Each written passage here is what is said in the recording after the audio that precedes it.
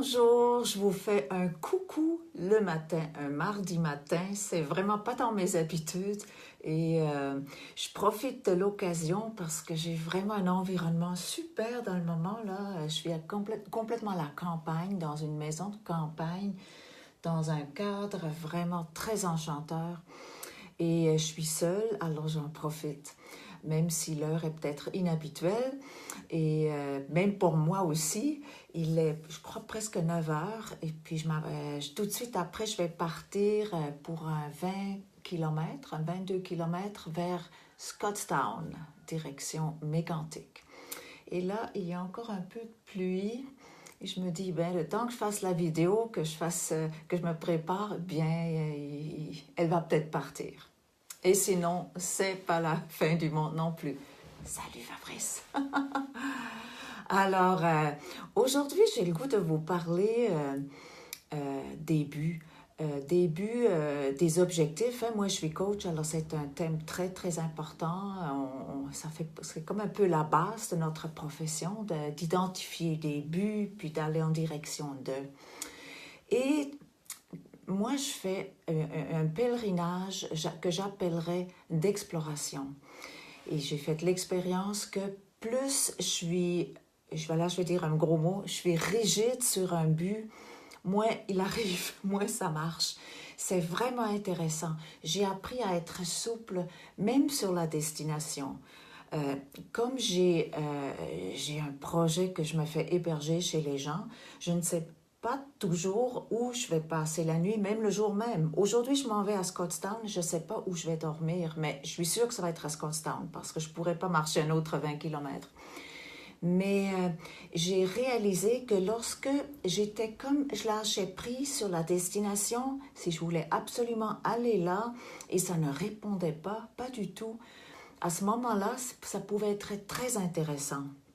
Ça pouvait être très intéressant de reviser mon but. J'ai un but global, je vais dans une direction, mais pas trop rigide. Et il s'est passé quelque chose qui était vraiment... Salut Fabrice, oui, toi aussi bon matin, c'est le fun de te voir.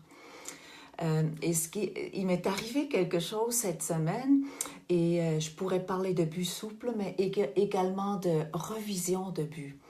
Et j'ai eu l'occasion de Cookshire, d'avoir un lift jusqu'à Mégantic. Dans ma tête, j'ai déjà été à Mégantic et c'était long et c'était pas propice pour la marche.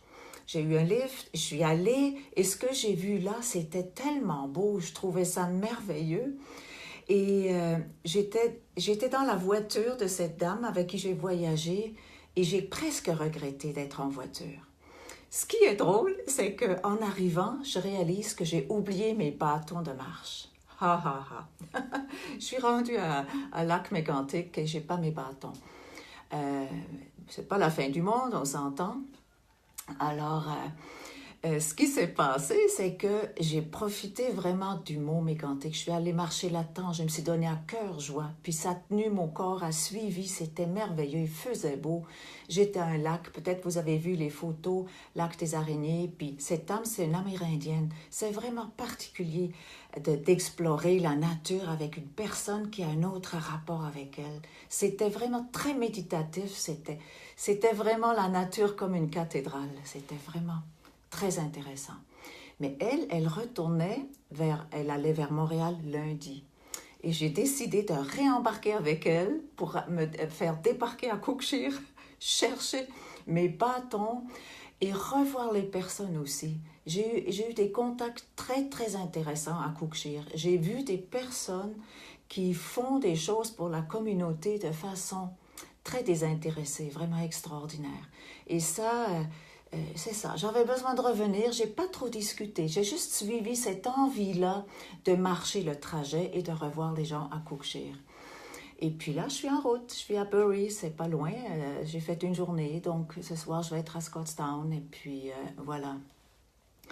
Alors, j'ai beaucoup aimé pouvoir reviser ma destination sans avoir à me justifier devant moi-même. Hein? Je suis assez libre, n'est-ce pas?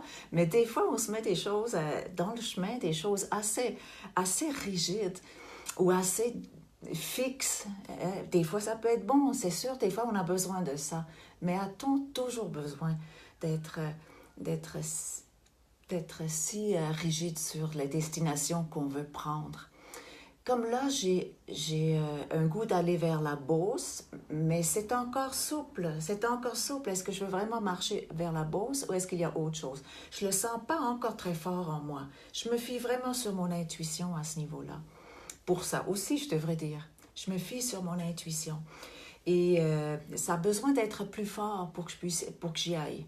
Ça a besoin de grandir. Sinon, je me dis, ah, il doit y avoir autre chose. Il y a peut-être... Et je vais m'ouvrir plus 360 degrés. Qu'est-ce qu'il y a d'autre? Et c'est comme ça que je fais vraiment un trip super intéressant qui n'est pas basé sur la destination.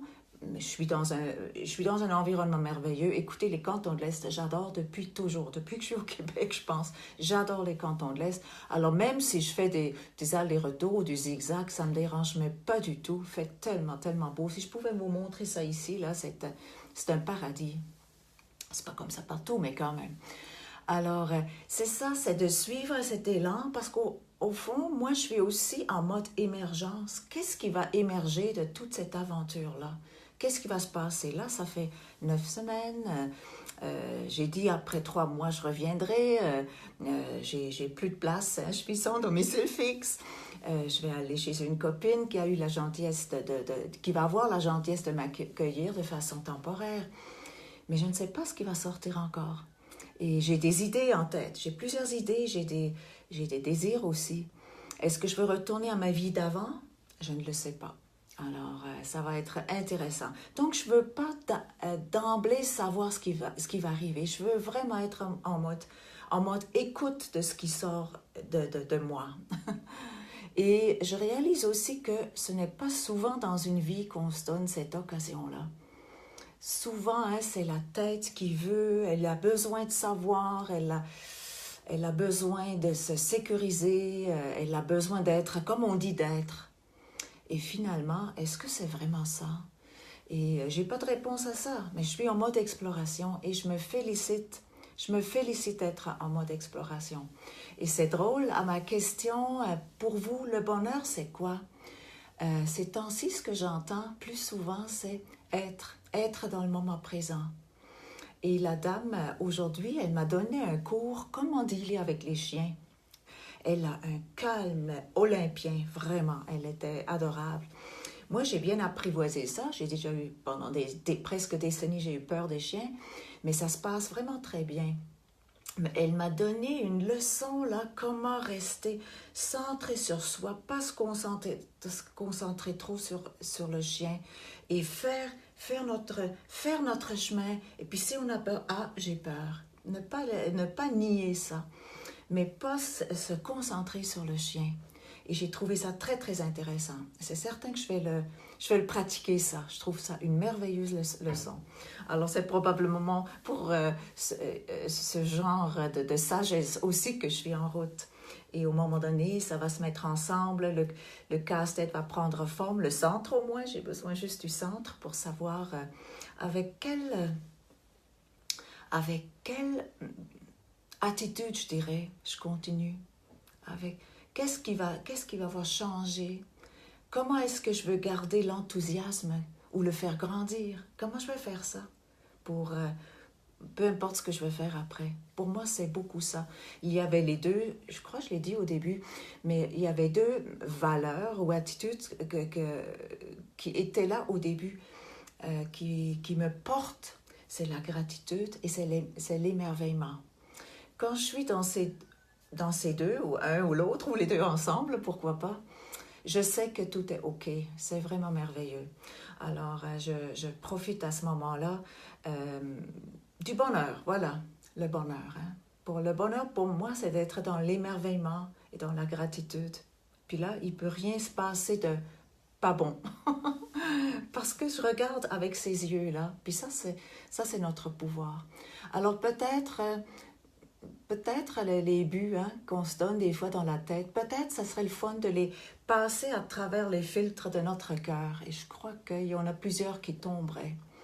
Je vois les personnes qui sont parfois pris dans beaucoup de possession, puis les préoccupations que ça donne. C'est sûr que moi, je suis dans l'autre extrême. Je dis pas que c'est ça qu'il faut faire, mais reste que élaguer, là, ça fait du bien, ça fait de la place. Et là, on peut comme se laisser être davantage. Et là, il y a peut-être des nouveaux buts ou des buts qui prennent une autre tournure ou qui carrément changent de bord.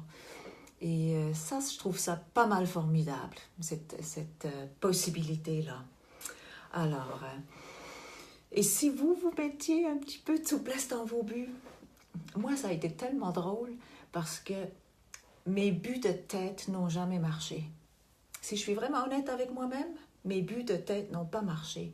Et parfois, j'ai fait des choses vraiment surprenantes quand j'étais animée par mon cœur. Et mon cœur, c'est beaucoup mes rêves d'enfant. C'est pas les rêves d'adultes. Habituellement, il y a de la tête là-dedans. Mais mes rêves d'enfant, ça marchait, là, c'était incroyable. Il y a des choses qui sont faites, là, qui étaient pas possibles, puis qui se sont faites. Alors, c'est ça. Peut-être je suis à la veille de laisser émerger un nouveau rêve d'enfant. Qui sait? Si vous voulez me parler de votre relation au but, aux objectifs, ça serait intéressant. Hein? J'aimerais ça vous lire. Je veux vous remercier encore de me suivre, hein? Encore et encore, toutes ces semaines-là.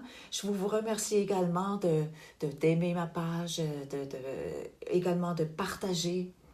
Parce que c'est sûr, j'ai besoin de ça aussi, de cette communauté pour me sentir soutenue et virtuelle. Et ça fait avec les gens que je rencontre, ça fait vraiment un mix formidable. Et pour moi, ça aussi, c'est une expérience. C'est vraiment une sortie de zone de confort à tous les niveaux.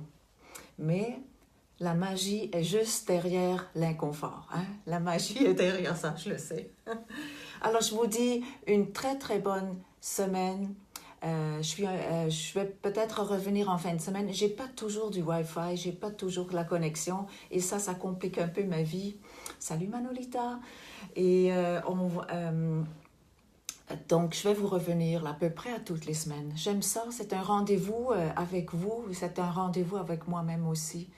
Et oui, vive l'inconfort. Je pense dans la mesure où on peut le tolérer. Écoutez, je vis des choses là vraiment. Je m'admire parce que je peux être très difficile et tu sais, un peu sur les détails, tout ça là.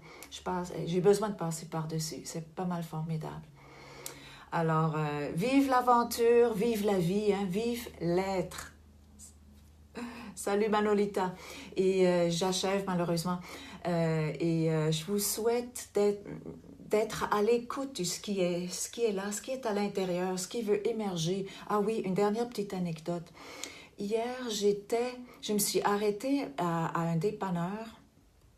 Et j'avais déjà parlé avec la dame parce que je demandais si elle connaissait pas quelqu'un qui pourrait m'héberger et tout ça. Et hier, je l'ai rencontrée et c'était intéressant. Elle est plus bien dans ce qu'elle fait. Et on n'a pas parlé trop profond là, mais juste, je pense, cette écoute, l'ouverture, oups, les larmes aux yeux, puis c'est ça, elle est en émergence. Je l'ai encouragée d'aller vraiment au fond de ça, de donner de la place à ça. Elle est prise par 150 000 affaires. Puis, mais des fois, on trouve quand même de la place. Puis quand ça monte comme ça, là, c'est juste un bon signe qu'il y a peut-être un nouveau but qui est en train de faire coucou, puis qui demande qu'on le regarde et qu'on l'écoute. Alors, je vais vous souhaiter une super belle continuité. Merci d'être là, merci d'être dans ma vie. Et je vous reviens, je ne serai pas où je serai exactement, là, mais on va se reparler. Alors, je vous embrasse tous et je vous dis à très bientôt. Bye bye.